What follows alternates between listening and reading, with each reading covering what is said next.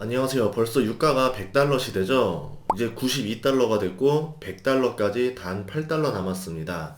유가가 그럼 왜 이렇게 오르고 있는 거냐? 첫째, 원유 재고가 예상보다 적게 나오고 있어요. 그리고 소비 심리가 지금 좋습니다. 우리가 증시에서 느끼는 거와 다르게 미국 내에서 지금 지표들을 보면은 소비 심리가 굉장히 좋게 잘 나오고 있고 제조라던가 구매 관리자 지수도 예상치보다 더 높게 나오고 있고요. 기업들 실적 발표를 본 거와 마찬가지로 기업들의 4분기 실적이 훨씬 더 좋았어요. 결국 뭐냐면 경기는 생각보다 잘 돌아가고 있다라는 거죠. 우리가 뭐 금리 인상이라던가 양적 긴축에 대해서 굉장히 두려워했는데 우선 현재 분위기는 나쁘지 않다. 이렇게 볼 수 있습니다. 거기다가 지금 계절적으로 겨울이에요. 전 세계 인구 대부분은 북반구에 살고 있습니다. 그렇기 때문에 겨울이 되면은 남방 수요가 커지면서 원유 소비가 더 커지게 되겠죠. 그래서 유가 소비가 워낙 지금 큰 상황이다. 그래서 유가가 더 오르고 있다. 이렇게 볼 수 있고요. 석탄난으로 인해서 에너지가 풍기 현상을 펼쳤죠. 그래서 석탄발 쇼크 때문에 에너지 가격이 전반적으로 다 올라왔습니다. 예, 그거에 대한 영향도 있었을 거고. 거기다가 러시아 사태로 인해서 지금 유럽이 굉장히 불안하잖아요. 여기다가 바이든이 지금 친환경 정책을 또 펼치는 바람에 시일가스들 증산하는 거를 별로 탐탁치 않게 여깁니다. 그러니까 제도적으로 그렇게 도와주지는 못할 망정 약간 방해를 하고 있어요. 대표적으로 뭐 국유지에는 신규 채굴을 금지한다던가 이런 정책을 펼치고 있죠. 여기다가 또 ESG 점수가 또 영향을 주는데 원유 업체들이 채굴을 하려면은 여기서 뭐 예를 들어서 뭐 탄소도 많이 배출되게 될 거잖아요. 그럼 원유를 채굴하는데 투자은행들이 돈을 빌려주게 되면은 그 투자은행마저 ESG 등급이 떨어지게 됩니다. ESG 등급이 떨어진다라는 건 주가도 하락하고 채권 금리도 올라가는 굉장히 안 좋은 일이 벌어지겠죠. 그러느니 차라리 빌려주지 않는 게 장땡이다. 이렇게 되면서 투자 은행들도 채굴에 돈을 안 빌려주면서 문제가 생기고 있어요. 이 틈을 타서 오히려 이제 가족이 운영하는 상장되지 않은 이제 원유 업체들은 오히려 이때 지금 증산을 늘리고 있다. 이런 뉴스들이 있는데요. 어떻게 보면은 경제적으로 수요와 공급에 맞춰서 움직이게 만들어야 되는데 이 친환경이라는 정책이 제도적으로 브레이크를 걸면서 수요는 늘어나는데 공급이 늘어나지 못하는 상황이라 유가가 이렇게 오르고 있는 게 아닌가. 그럼 정말 100달러 가는 거냐? 벌써 92달러예요. 여기서 8달러만 오르면 100달러인데요. 지금 최근 한 달 동안 하루에 1달러씩 올랐어요. 그러면 이제 한 일주일 뒤면은 100달러를 만날 수도 있다라는 얘기입니다. 지금이 이제 일요일인데 다음 주 일요일에는 100달러가 되는 일이 벌어지지 않을까. 실제로 지금 속도상으로는 그게 가능하다는 얘기인 거죠. 차라리 우리는 뭔 고민해야 되냐면 유가가 100달러가 온다라 생각을 하고 그거에 맞게 투자를 미리 준비하는 게 낫지 않을까. 이 투자라는 게 눈으로 100달러 되는 걸 확인하고 난 다음에 투자하면은 보통 늦는 경우가 많아요. 이거 뭐 주식 해보신 분들 너무 많이 알 거예요. 그렇기 때문에 차라리 반박자도 빨리 하는 게 좋습니다. 뭐 더 좋았던 거는 80달러라던가 70달러 할 때쯤 미리 준비하면 더 돈을 많이 버셨겠죠. 하지만 지금 준비해도 아직 안 오른 것들이 많이 있기 때문에 100달러 이후에 어떤 일이 벌어질지 시나리오를 그려보시고 그 중에서 안 오른 주식들을 찾아서 투자하면은 여러분이 손해를 최소한 보면서 이익을 낼 수 있는 투자를 할 수가 있는 겁니다. 첫 번째는 뭐냐면 코로나가 올해 내내 갈 경우에요. 지금 오미크론 때문에 확진자가 3만 8천 명이 넘고 있습니다. 하루 우리나라만 해도. 그럼 이 오미크론이 끝날 거냐? 끝나고 나서 또 새로운 게 또 오느냐? 그렇게 되면은 공급난이라던가 경기 침체 우려가 더 강해지겠죠. 이렇게 될 경우에는 이제 뭐 국제 석유 협회에서 말하는 대로 상반기에는 유가가 피크를 찍고 그러다가 천천히 하락하면서 하반기에는 서서히 내려갈 것이다. 이렇게 볼 가능성이 높다라고 봐요. 그러면은 뭐 연말에는 뭐 유가가 이제 100달러가 아니라 지금보다 훨씬 더 밑으로 있지 않을까. 이렇게 예상이 되고요. 코로나가 종료되거나 종료됐다라고 인정했을 경우 그냥 독감으로 생각하자. 그냥 우리 그냥 같이 살자. 이것 때문에 뭐 경기 활동을 막는 일을 하지 말자. 이렇게 될 경우에 경기 재개가 일어날 겁니다. 그런 경우에는 공장 가동률이 풀가동이 돼야 되겠죠. 그동안 공급난으로 밀렸던 것들이 다 원활하게 수급이 되니까 이제 공장이 막 돌아가요. 그리고 여행 수요가 늘어날 겁니다. 지금 벌써 뉴스에서 나온 게 더 멀고 더 좋은 곳일수록 벌써 예약이 늘어났대요. 마추픽추 같은 경우는 50% 이상 여행 수요가 늘어났다고 합니다. 이런 것들을 봤을 때 아마 이제 여행이 순간적으로 폭발적으로 늘어날 건데 그러면 어떤 게 벌어지면 항공유 수요가 커집니다. 항공유가 굉장히 마진이 좋거든요. 뭐 항공유도 나오기 시작하면은 이제 뭐 원유 수요는 더 늘어날 수밖에 없는 거겠죠. 여기다 운송량이 증가할 거예요. 차량 공장 가동률이 늘고 여행이 늘고 출퇴근 수요가 늘어나기 때문에 전반적으로 기름이 많이 필요할 겁니다. 그리고 뭐 차량 교체도 일어날 거고요. 여기에 뭐 화학 제품 수요도 늘어나겠죠. 이제 경기가 재개가 된다고 그러면은 옷부터 새로 사야 돼요. 그동안 우리가 옷을 너무 안 샀어요. 그런데 이제는 매일매일 출근해야 된다, 매일매일 활동해야 된다 그러면 자녀들 옷부터 시작해서 이제 본인들 옷까지 싹 다 이제 교체를 해야 되겠죠. 그러면 이제 뭐 나일론이라든가 스판덱스라든가 이런 것들도 다 이제 어떻게 화학 제품이잖아요. 전 방위적으로 필요할 겁니다.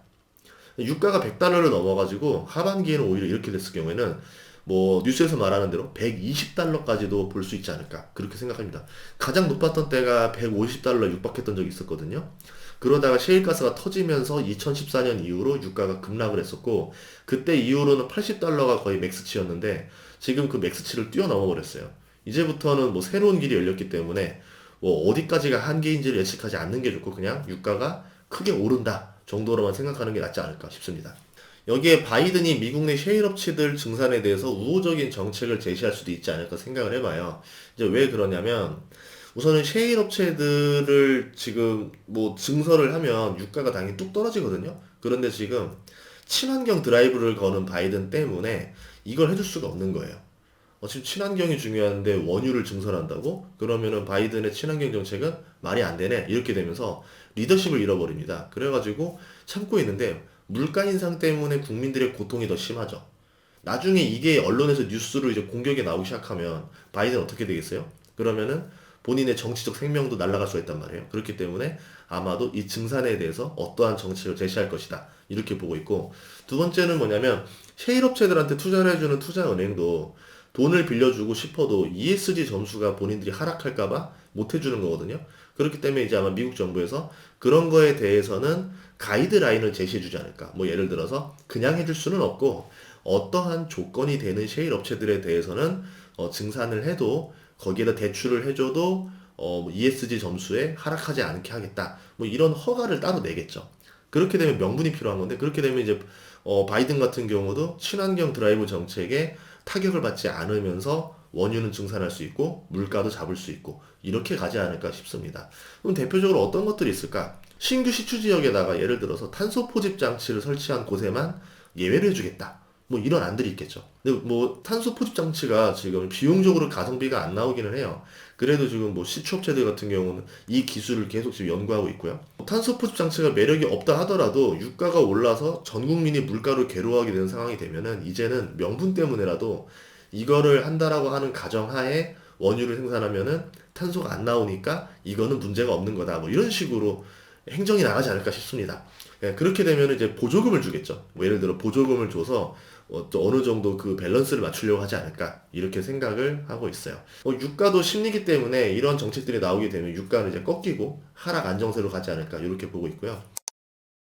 유가 하락 요소도 있습니다. 어떤 것들이 있냐면요. 경기 침체가 더 강해지게 되면 유가가 하락해요. 결국 유가도 기대 심리가 반영되는 거기 때문에 기대 심리를 꺾어주면 됩니다. 물가가 오른다고 생각하니까 지금 유가도 투기 세력이 들어와서 가격이 올랐는데 유가가 떨어진다라는 그런 뉘앙스를 주게 되고 앞으로 공급이 늘어날 거고 이제 앞으로 뭐 투기에 대해서 매력이 없어진다. 예를 들어서 뭐 가격이 떨어질 거다. 이런 모습을 보여주게 되면은 투기가 먼저 빠져나가면서 유가가 급락을 하겠죠. 10달러 이상 급락할 수도 있습니다. 금리 인상, 양적 긴축 이런 거 같은 경우는 유가의 하락 요소가 되는 거고요.